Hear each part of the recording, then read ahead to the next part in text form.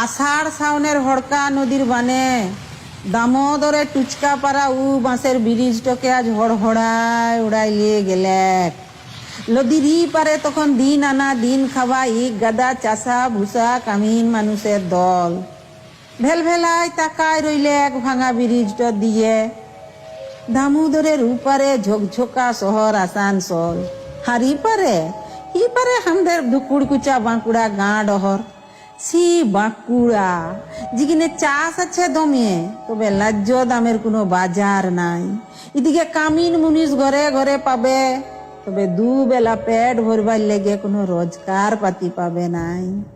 আবার রোগ আর রুগী দমতক পাবে, কোনো ডাক্তার পাতি পাবে নাই। ছিলাপোলা লিখা পড়ায় মন পাবে, তবে তিমন কোনো সুযোগ সুবিধা পাবে নাই। আমাদের এই ধুকুড়কুচা বাঁকুড়ার মানুষগুলার রুজি রুটি ডাক্তার মাস্টার যা বলো কেনে সব উপারে শহরের ভরসায়। আর উপারে যাবার একমাত্র ভরসা হইল টুচকা পাড়া বাঁশের ব্রিজটো। তো সেই ভরসাটুকু যখন নাই থাকে, তখন আমাদের মানুষগুলার যে কি দুর্গতি হয় সেটা আমরা বাদে আর কেউ জানে না।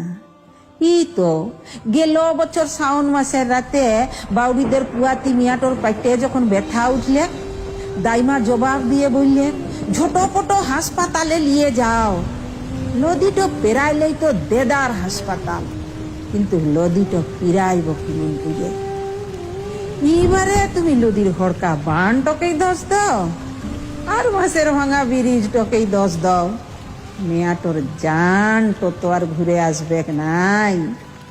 যে কামিন মানুষগুলা আজ ঘর ঘুরে গেলে, উহারা দিন আনা দিন খাওয়া চাষা মানুষ বটে। ঘরে ছিলা পিলাগুলা খিদার জ্বালায় পেট থাপড়াই বলে ভাত চাই, ভাত দো।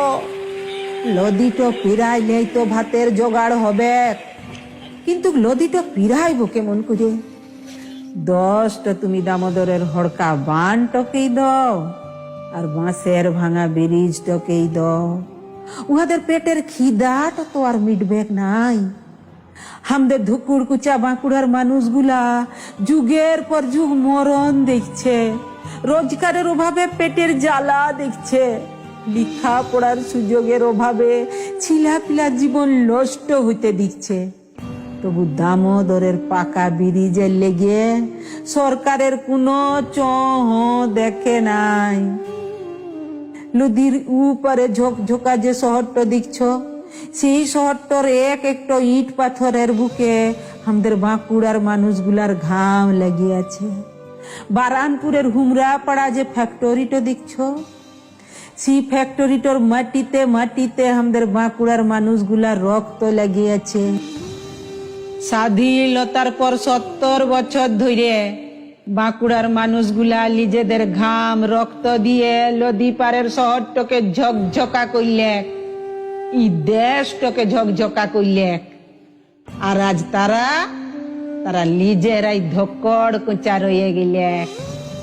পাকা ব্রিজে সুপন দেখে দেখে আমাদের 3 পুরুষ শেষ হয়ে গেলে।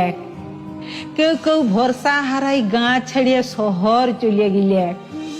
যুগ যুগ ধরে এই মরা বাঁচার লড়াইয়ে হাজার হাজার জান চলে গেলে।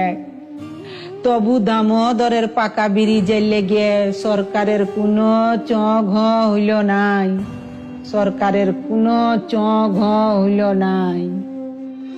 জয়শঙ্কর চক্রবর্তীর এই কবিতা কোনো রাজনৈতিক দলের দিকে আঙুল তোলার উদ্দেশ্যে লেখা নয়। আমাদের লক্ষ্য সরকারের দৃষ্টি আকর্ষণ করা। আরো ছড়িয়ে দিন এই কবিতা, পাশে দাঁড়ান এই লড়াইতে ওই মানুষগুলোর। কণ্ঠে ছিলেন আবৃত্তিকার শ্রীমতী মিঠু চক্রবর্তী। পাশে থাকুন, সঙ্গে থাকুন, ইচ্ছে টানার।